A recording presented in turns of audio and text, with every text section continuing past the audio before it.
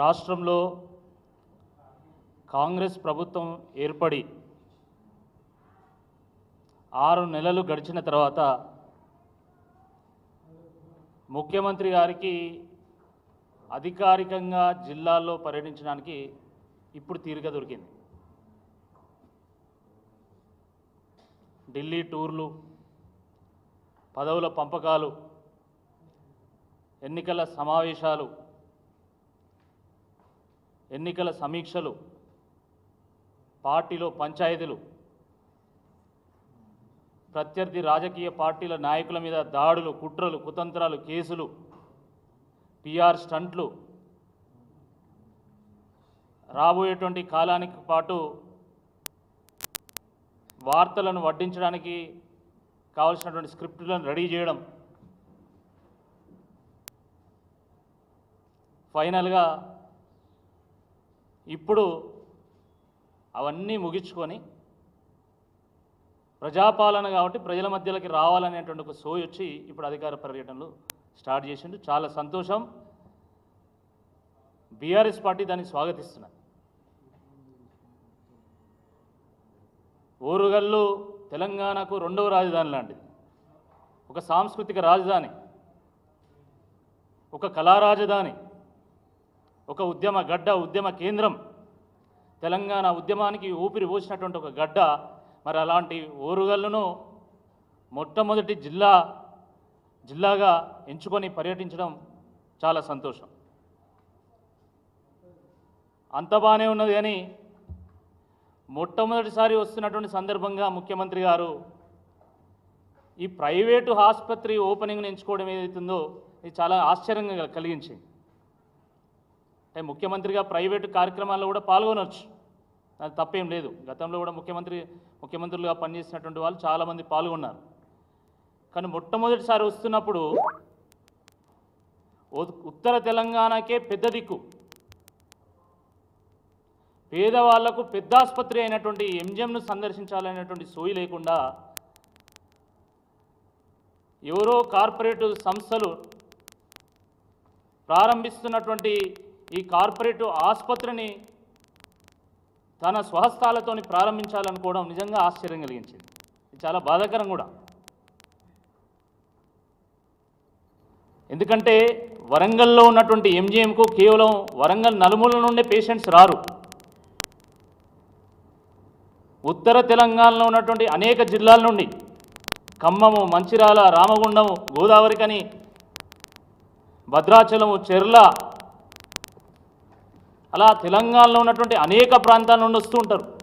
కేవలం తెలంగాణ నుండే కాదు, మహారాష్ట్ర, ఛత్తీస్గఢ్లో ఉన్నటువంటి గచ్చిరోలి కానీ, సిరోంచ్ కానీ, అట్లా అనేక ప్రాంతాల నుండి కూడా మరి రోగులు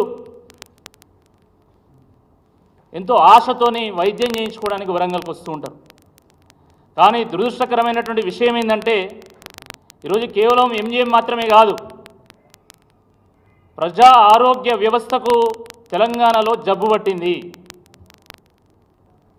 ప్రభుత్వ ఆరోగ్య వ్యవస్థ వెంటిలేటర్ మీద ఉన్నది. ఇది వాస్తవము. నిత్యం ప్రజల్లో ఉండేటువంటి ఒక వ్యక్తిగా, ఎక్కడ ఏ ఆపద ఉన్నా నిమిషాల్లో అక్కడికి చేరుకునేటువంటి ఒక వ్యక్తిగా, నిత్యం ఆసుపత్రులను సందర్శించేటువంటి ఒక వ్యక్తిగా నా అనుభవాలను పంచుకోవడానికి మాత్రమే నేను ఈరోజు మీడియా ద్వారా మాట్లాడుతున్నా తప్ప ఏదో ముఖ్యమంత్రి గారినో లేకపోతే ప్రభుత్వాన్ని ఏదో బదనాం చేయాలనేటువంటి ఉద్దేశంతో మాత్రం మేము మాట్లాడడం లేదు.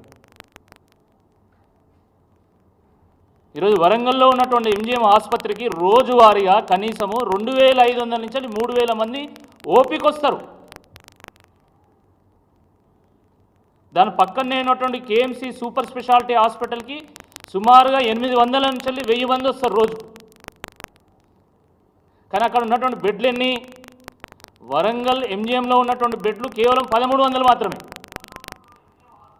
ఎమర్జెన్సీలో మరొక 42 ఉంటాయి. కేఎంసీ సూపర్ స్పెషాలిటీ హాస్పిటల్లో 250 మాత్రమే ఉంటాయి. అంటే వచ్చేటువంటి రోగుల సంఖ్యకు అసలు బెడ్లకు అసలు పోలికనే లేదు.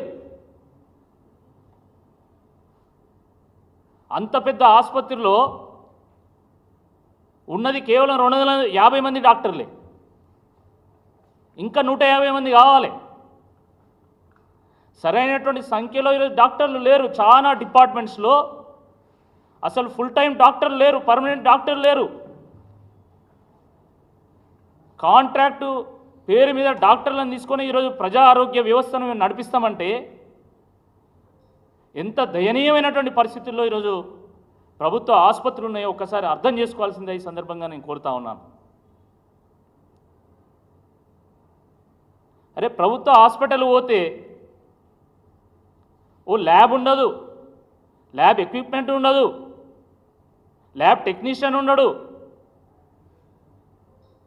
ఆ కెమికల్స్ ఉండవు, రియేజెంట్స్ ఉండవు, ఆ రిపేర్లు వస్తే వాటిని రిపేర్ చేసేటోడు ఉండడు, దిక్కు లేదు మొక్కు లేదు. ప్రభుత్వ ఆసుపత్రి పోతే పెద్ద క్యూ లైన్లు, ఎందుకంటే తక్కువ మంది డాక్టర్లు ఉంటారు కాబట్టి దాంట్లో గంటల సేపు గంటల పడి నీరసపడి అక్కడ లైన్లో నిలబడి వాళ్ళు డాక్టర్ దగ్గర పోతే చివరకు ఇక్కడ టెస్ట్ లేదు కాబట్టి నువ్వు బయట టెస్ట్ చేయించుకొని రాపో అంటే ఆ కాగితం పట్టుకొని మళ్ళా డయాగ్నోస్టిక్ సెంటర్ పోయి వేల రూపాయలు వెచ్చించి ఈరోజు నానా ఇబ్బందులు పడుతున్నారు పేదలు. ఇది వాస్తవం. ఇది టీఆర్ఎస్ ప్రభుత్వం వచ్చిన తర్వాత వాస్తవానికి